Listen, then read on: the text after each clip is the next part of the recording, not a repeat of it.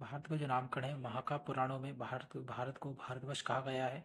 भारतवर्ष, भारत भारत का देश क्यों? भारतीय, भारत की संतान।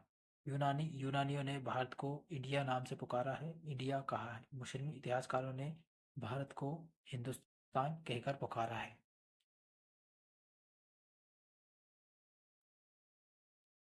इसके बाद हमें जो धार्मिक इतिहास और ग्रंथ,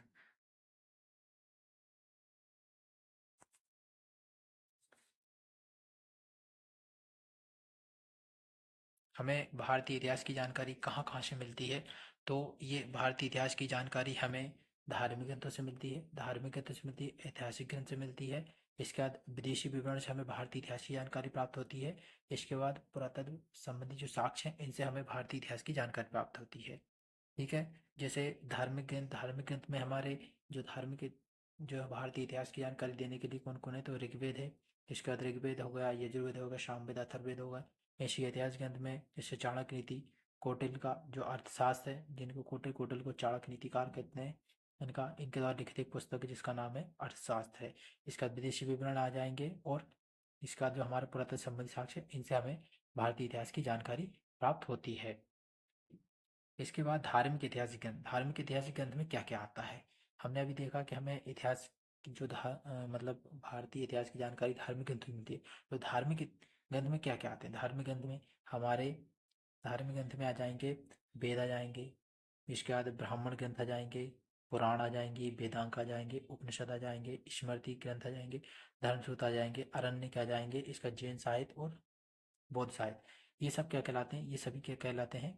इसमें से इसमें से जो हमारे अरण्यक तक है, मतलब 1 से जो 8 तक हैं, ये सारे क्या वैदिक साहित्य कहलाते हैं। इसके बाद इसके बाद जो ऐतिहासिक ग्रंथ हैं, ऐतिहासिक ग्रंथों में क्या क्या है? तो ऐतिहासिक ग्रंथों में आ जाएंगे हमारे कोट जो अर्थशास्त्र है, अर्थशास्त्र ऐतिहासिक ग्रंथ जो अर्थशास्त्र किसने लिखा है? तो कौटिल्य ने लिखा है। राजतरंगिणी किसने लिखी? कलहड़ ने लिखी। चचनामा किसने लिखा? अली अहमद ने लिखा है। अष्टाध्यायी किसने लिखी? पाणी ने लिखी। गार्गी संहिता किसने लिखी? कात्यायन ने लिखी। महाभाष्य किसने लिखा है? तो महाभाष्य पतंजलि ने लिखा है। मतलब ये हो जाएंगे हमारे ऐतिहासिक, इनसे हमें हमारे भारतीय इतिहास की जानकारी प्राप्त होती है। इसके बाद आता है धार्मिक ग्रंथ। धार्मिक ग्रंथ हो गए जिसमें आ जाएगा वेद। तो भारत का वेद, सबसे पहले हम जो धार्मिक ग्रंथ है, इसमें हम सबसे पहले पढ़ रहे हैं वेद पढ़ रहे हैं।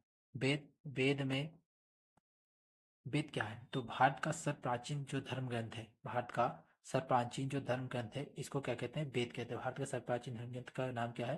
तो इसका नाम क्या है? वेद है। इसके संकलनकर्ता कौन है? मतलब वेद के संकलनकर्ता कौन है? तो महर्षि कृष्ण वेद द्व्यापन वेदव्यास जी, महर्षि कृष्ण द्व्यापन वेदव्यास जी हैं वेदों के संकलनकर्ता। इसके बाद वेद कितने प्रकार के होते हैं? तो वेद होते हैं 4 प्रकार के, जिसमें आता है ऋग्वेद आता है, सामवेद आता है, यजुर्वेद आता है, अथर्ववेद आता है। मतलब हमारे जो वेद कितने वेद हैं? तो हमारे टोटल 4 वेद हैं। इसमें से सबसे पहले कौन सा वेद आता है? सबसे पहले आता है हमारा ऋग्वेद। ऋग्वेद ऋग्वेद ऋग्वेद का अर्थ क्या होता है? तो ऋग्वेद का अर्थ आता है ऋचाओं का संकलन। ऋचाओं के क्रमबद्ध ज्ञान का जो संग्रह होता है, इसको ऋग्वेद कहते हैं। ऋग्वेद का विभाजन कितना होता है? तो ऋग्वेद का विभाजन में इस मंडल, सूक्त और ऋचायती, मंडल आते हैं, सूक्त आते हैं और ऋचायती।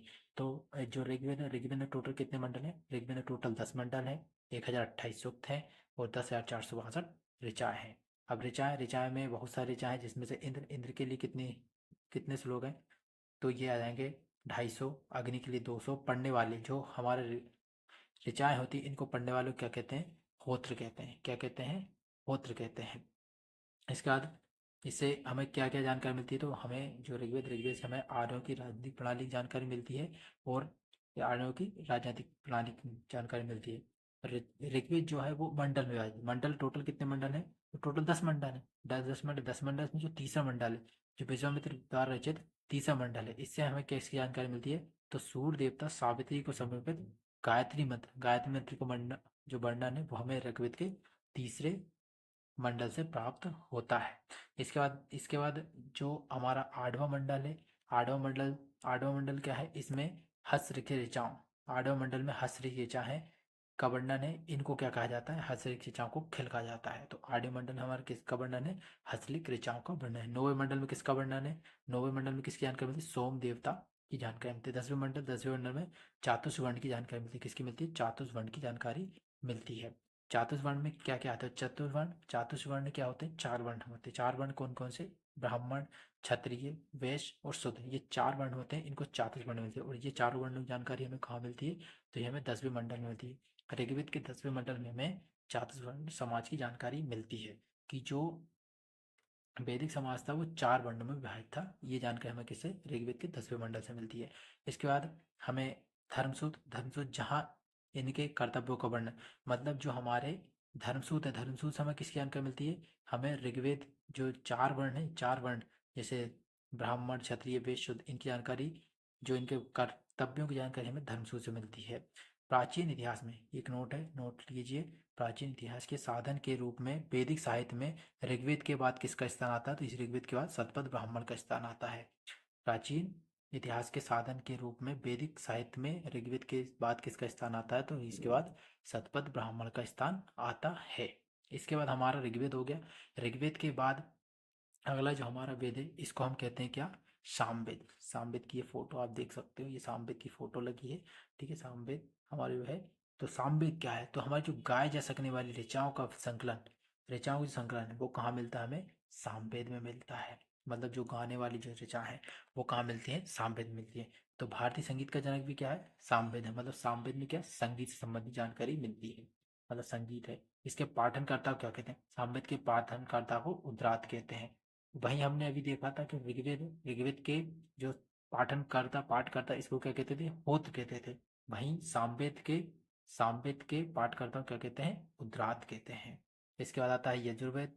यजुर्वेद आप ये देख सकते हैं, तीसरा वेद है हमारा यजुर्वेद अध्याय वाचा।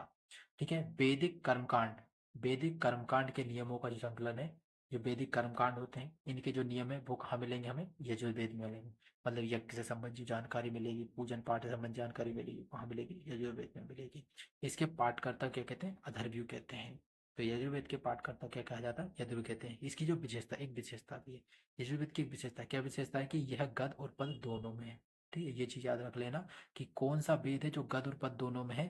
तो वह है हमारा यजुर्वेद गद और पद दोनों में है।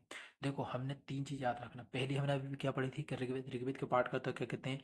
होत्र कहते हैं। सामवेद के पाठकर्ता क्या कहते हैं? उद्रात कहते हैं। और ऋग्वेद यजुर्वेद के जो पाठकर्ता है इसको क्या कहते हैं? अथर्वणि कहते हैं। इसके बाद यजुर्वेद की एक विशेषता भी है कि यह गद और पद दोनों में है। मतलब यजुर्वेद गद और पद दोनों में है। अब हम आगे चलते हैं। आगे हमारा चौथा वेद आता है जिसको कहते हैं हम चौथा वेद का नाम क्या है? हमारा चौथे वेद का नाम है अथर्ववेद। सबसे आखिरी में रचित वेद कौन सा है? अथर्ववेद है। सबसे पहले रचित वेद कौन सा था? सबसे पहले रचित वेद ऋग्वेद, फिर आता सामवेद, यजुर्वेद और आता है अथर्ववेद आता है। अथर्ववेद के जो रचयिता है इनको क्या कहते हैं? अथर्व ऋषि। मतलब अथर्ववेद को किसने रचा है? अथर्ववेद को अथर्व ऋषि द्वारा रचा गया है। इससे हमें किसकी जानकारी मिलती है? इससे हमें रोग निवारक, तंत्र मंत्र, जादू टोना और विवाह संबंधी जानकारी मिलती है।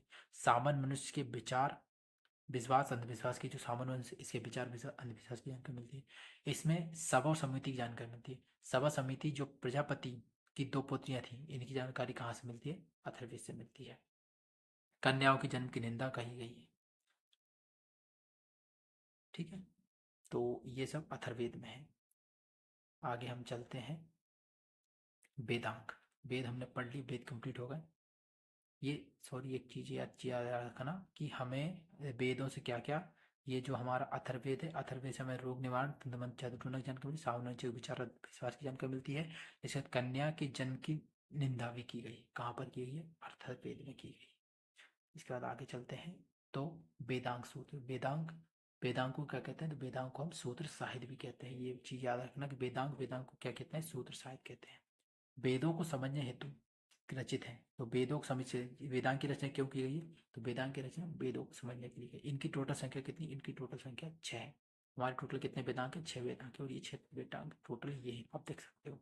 ठीक है, पहला वेदांग कौन सा? शिक्षा है। ठीक है, दूसरा कौन सा है? कल्प है। तीसरा क्या? उच्चारण। चौथा क्या? निरुक्तक। पांचवा क्या? छंद है। छठवा क्या? ज्योतिष है। ठीक है, याद रखना, शिक्षा, कल्प, व्याकरण, निरुक्त, छंद और ज्योतिष, ये हमारे 6 क्या होगा? वेदांग को। वेदांग को हम क्या किस नाम से जान जाते हैं? वेदांग